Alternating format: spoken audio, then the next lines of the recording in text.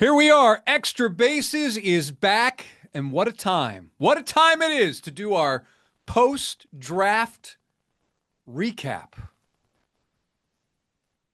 Yeah, Post draft recap. it's Actually, it should be post draft analysis. am I an analyst? Well, yeah. Okay. Jason Bristol, Jeremy Booth, back with you after a hiatus. Hiatus. Yeah, it was a And I've one of, always said, Jeremy, you should host the podcast by yourself. And for some reason, that just doesn't happen. I have the easiest job in sports, Jason. I show up, I say a few words, I smile, do a head nod or two, Yeah, yeah, then yeah. I'm done. So I'm not doing that by myself. I appreciate all you do. All right. Well, let's do this. Astros 2025 Major League Baseball draft leading off 21st overall pick, Xavier Neyens, shortstop, Mount Vernon High School, Washington. Very rare for the Astros to pick a high school player in the first round or with their first pick. We have seen it done. There's been some special circumstances recently. But Jeremy, what is your overall take on Nyans as a shortstop, his ability with the bat, and his ultimate ceiling? What do you think? Well, the first thing I'm going to say is defensively, and the Astros will deny this, and they Okay. should. This is But the kind of stuff I love. So go Yeah, ahead. they're going to deny this, and they should. They're going to say, "Look, we're going to send him out as a shortstop, give him every chance to play it. He's earned that position. He's earned the ability to join the organization. He's our first pick. But if he doesn't work, he can always slide over to third base, maybe even second. He's going to drive the baseball, and the bat will dictate where he's going to play." That's what they're going to say. What that means is we don't think he can play short. Let's send him out there in rookie ball to see what happens in the Gulf Coast League, and then we'll see what happens after that. That's what that means. Okay. We drafted this guy to hit. We didn't draft him to catch it at short and execute it. So and again, the Astros won't admit that, but that's what they're saying. He's not a shortstop. He is a power bat with a ton of swing and miss. It is a heavy swing and miss profile, but he's going to drive the baseball. And when he arrives on time, it's loud. He's been a famous guy for a long time. It played him into this position. Dana's pretty good with evaluating guys. Derek Ladner's pretty good with evaluating guys. I mean, Cam Pendino, you got to throw him in there with his role in the scouting department. He's officially the scouting director, and the Astros have Dijon Watson there as well, who's a former scouting director. It's a player development director and assistant GM. So, they've got some stuff that they've done. They have a bunch of scouts leading their departments on both sides, even including Gavin Dickey in that. So you got to feel pretty good that they believe this guy's got major contributor upside offensively. I don't disagree with that. Whether or not he's gonna tap into that's a concern for me overall. But it's kind of par for the course with a kid who swings and misses a lot. Swing and miss is that's a red flag for me especially with a high school player. That's a red flag for me. Yeah, it'll come down to the testing that they did. So oftentimes guys can swing and miss in high school or in college, and maybe it's an approach thing that they can fix with aptitude. Maybe it's a instinctual thing. Maybe it's a vision thing. I don't have any of that testing to look at as far as Xavier, Nines, his most recent, approach issues might be. But the reality is the athlete's good enough, the bat speed and strength is good enough, and he does have a lot of power. He has enough to play, enough arm to play the left side of the infield, and the hands aren't terrible. He's just not going to go play short. So taking him at 2021, a high school performer, especially in this draft with some upside, makes some sense. Pretty clearly, the kid didn't want to go to school. Something he'll never tell you, but he wants to sign and go play. And in the age of NIL, that's becoming more and more common anyway. So sounded like it was a pretty good match. The number two selection by the Astros in the third round, 95th overall, Ethan Frey, LSU, 6'6". They list him at 225. I think he's heavier than that. But you have a history with Ethan Frey, and your comp is Mark McGwire. Man, Jeremy, what are you doing to the kid? You know, I've had Ethan Frey since he was a freshman and In high school. in high school. And he's a product of Rose Pine, Louisiana, I believe, and it's an excellent family. His um, his uh, his travel and organization was Team Louisiana and Jeremy Picard. Obviously he's had multiple coaches throughout that organization. It's a very talented organization over there in Louisiana, one of the founding members of the Future Star Series. So I got to know those guys pretty good. Um, and the about about Ethan is that he was a football quarterback in high school as well. He was a good one too.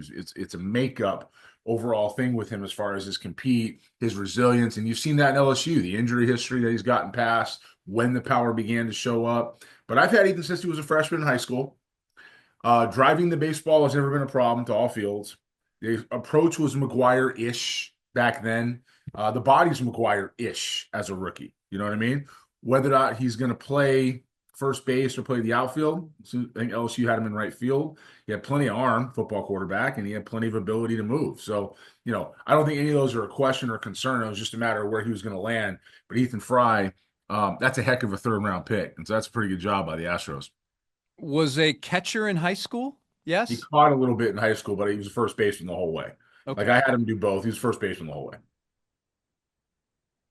Any other players in this Astros draft class jump off the board or ones that you have history with? To be honest, man, it's going to sound, call it a humble brag. We had so many guys drafted from our side that I didn't really look at the Astros draft all that much. What I do know is they took bats early and power early. And if you go back and look at guys like Bryce Matthews, who've already in the big leagues, and some of the other picks that they've had, they seem to be trying to fortify some of these position player holes that they've got, right?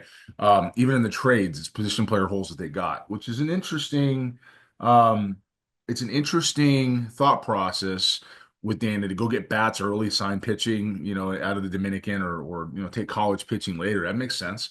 You pitching today, I hate to say this, it's velocity oriented across the board. So you can find it almost anywhere. There's not a whole lot that separates it unless you have a guy up top.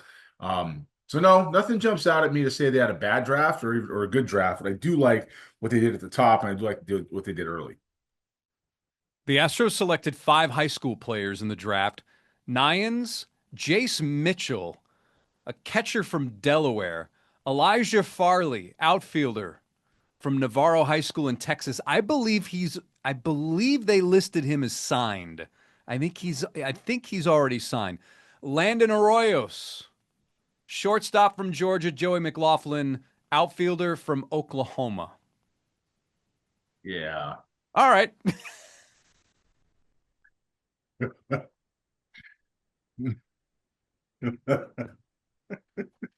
What I think is interesting is, and this is not on Dana, it's probably not on very many people that are left in this organization from past years.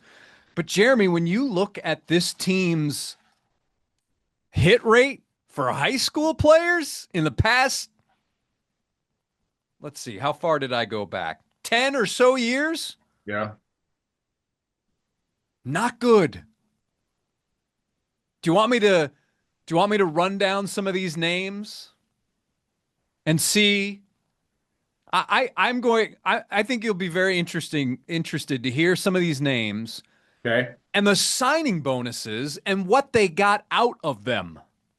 All right, go for it. Well, 2015, that is a win because you've got Kyle Tucker and Patrick Sandoval, Right. 2 guys that signed. 2016, first round pick. You know him, Forrest Whitley. Yeah, Forrest J. Whitley, Tampa Bay, right? Or did they DFA him already? I thought I saw they DFA'd him, but I could be wrong. Makes sense. You got to remember, I was not around. I was on the internet, but not around. 2017. I will say this, the Astros have had a history in probably a 4 or 5 year stretch that they would take their college performer and then they would try and throw a bunch of bonus money at a high school kid that they believed would be their guy.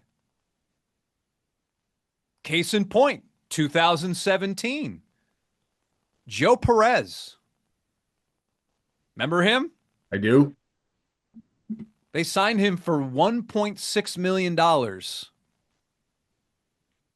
And they got one major league game out of him. Jeremy, he's 25, and I can't find him playing organized baseball right now. That And would be with Joe, he was an infielder pitcher thing, and they kind of went back and forth, and eventually he settled into a role as an infielder. that would be a concern, Jason. 2018, here's another name. Although I've never quite gotten the correct pronunciation, Jason Schroeder. Yep. Schrader, pitcher. He was from Washington State, I believe. Yeah, he got better ratings than the kid they took in the first round that year. $1.2 million. Oh, yeah. Who was that first round pick? Do you remember? Was Bo Naylor? Noah Naylor. It was Seth. Have another beer. Yeah, it was Seth. Sign him for $1.2 million. That's how much Seth Beer signed for? No, that's Jason Schroeder. Oh, Schrader. thought that was the ceiling of what the Astros were paying their first round picks around then. I'm sorry. I that's too much. Go ahead. Jason has not pitched since 2022. So he's out. 2019, Colin Barber. They went college performers, and then in the fourth round, Colin Barber, and gave him $1 million. Where's he? I think he's in AA, AAA. He is splitting this year, double, AAA.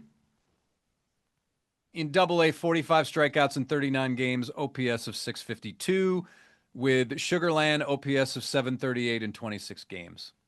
Last year, hit 222, 640, 8 home runs, 27 runs driven in, 70 games in Corpus. Sounds like he's tearing the cover off the ball, Jason. 2020. Now, this is James Click, and this was their first round pick. Excuse me. This was their first pick after surrendering their first 2 picks. Alex Santos, $1.25 million. 2021, their first pick. Again, they had to surrender their first couple of picks.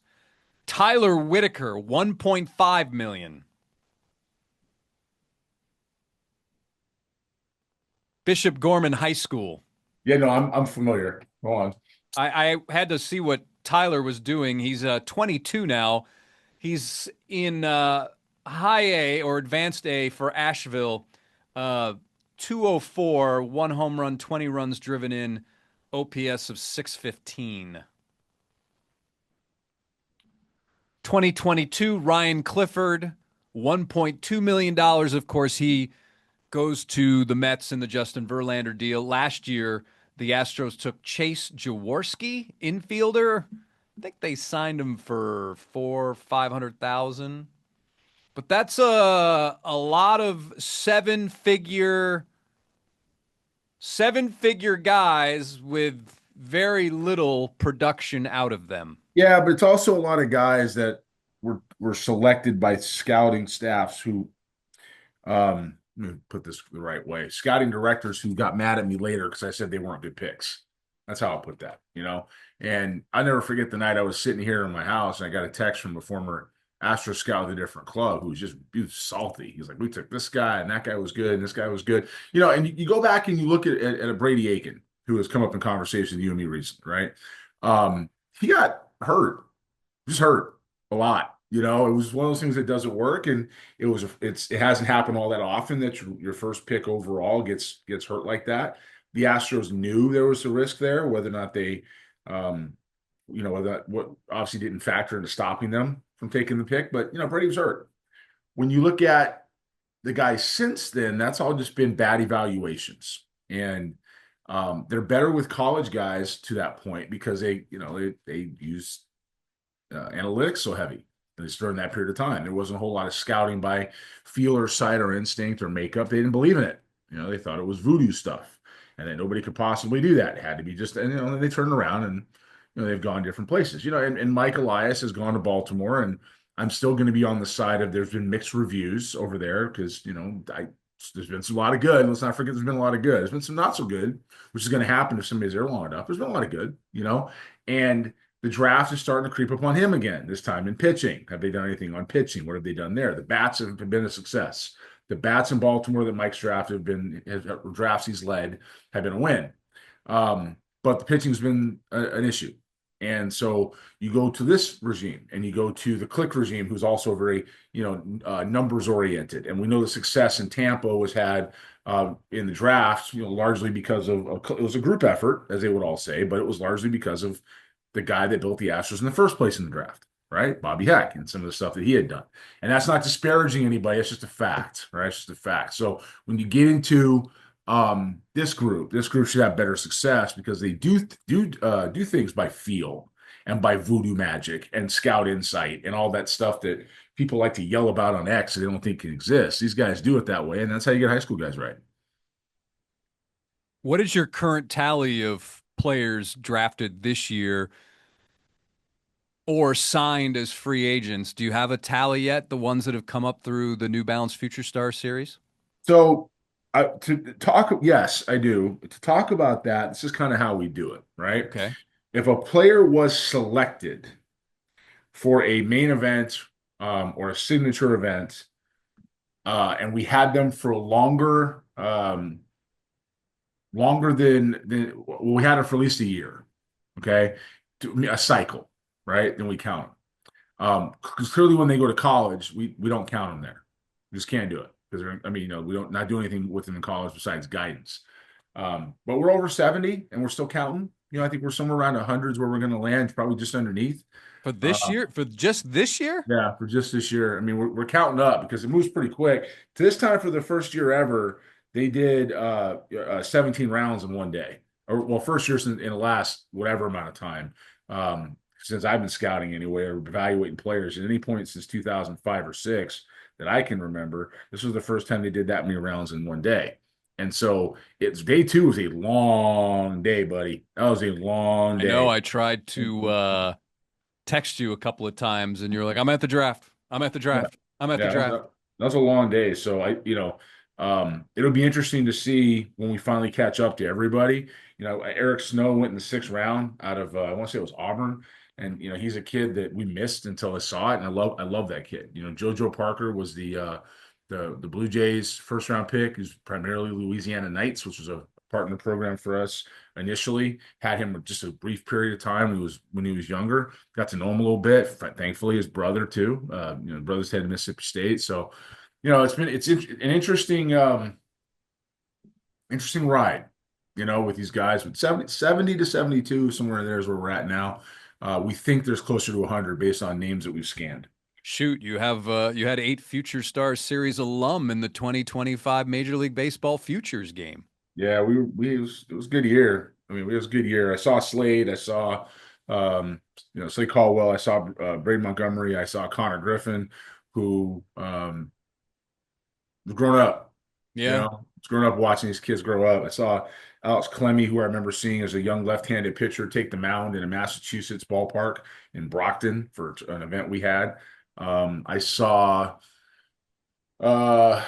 I don't know, there's 8, man. there's actually 9, but Sebastian Walcott and I got to visit this time for a little while with the Rangers. They're the prospect there.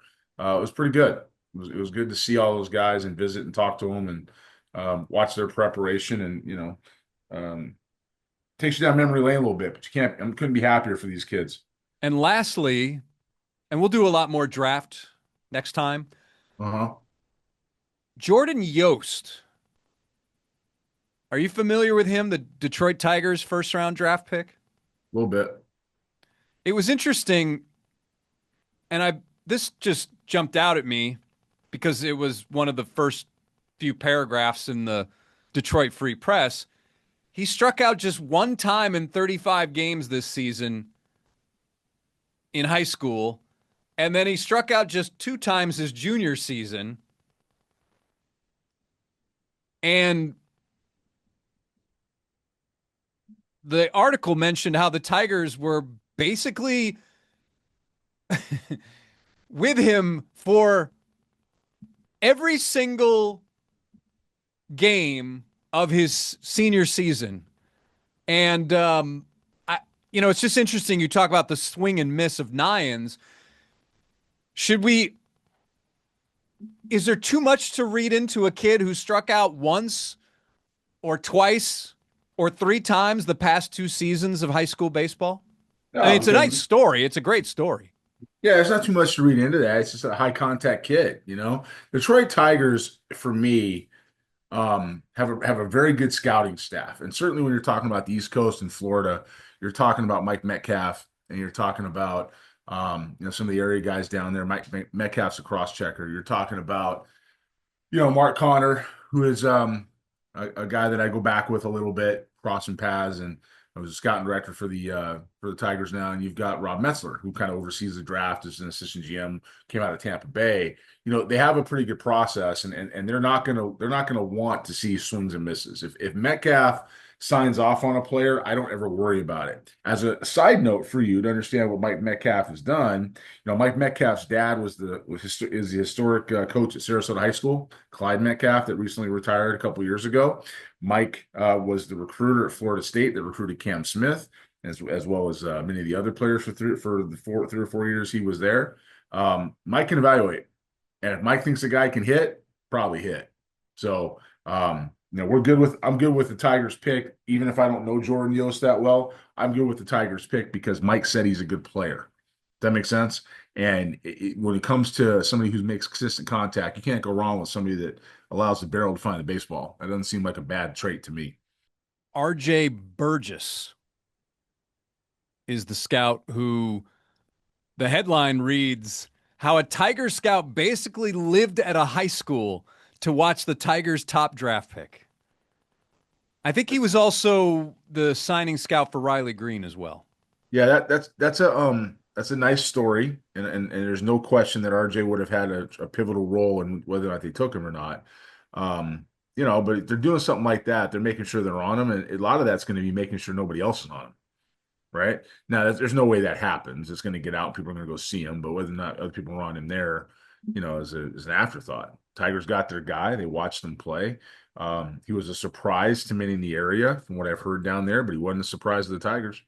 Right? They took him, they got him, and he's an organization. So you got to believe. I believe in the Tigers scouting department. There's some I can't say that about, but they are one that I do.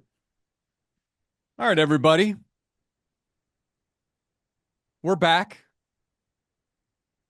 and we will be talking much more about the Major League Baseball draft as well as the second half of the season, because there's less than 70 games remaining, which doesn't seem possible, Jeremy. And the Astros and the number of teams have some breathing room at this point, which is interesting given how many injuries the Astros have had. Yeah, it's going to be interesting to see what the Rangers do at the second half.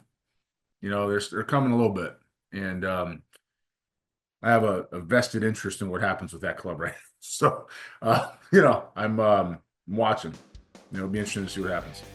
All right, everybody, that's going to do it for another Extra Bases for Jeremy. I'm Jason. As always, thank you for watching us on KHOU 11+, and of course, leave your comments, your concerns, your questions on YouTube, and we will answer them during a future show. Bye-bye.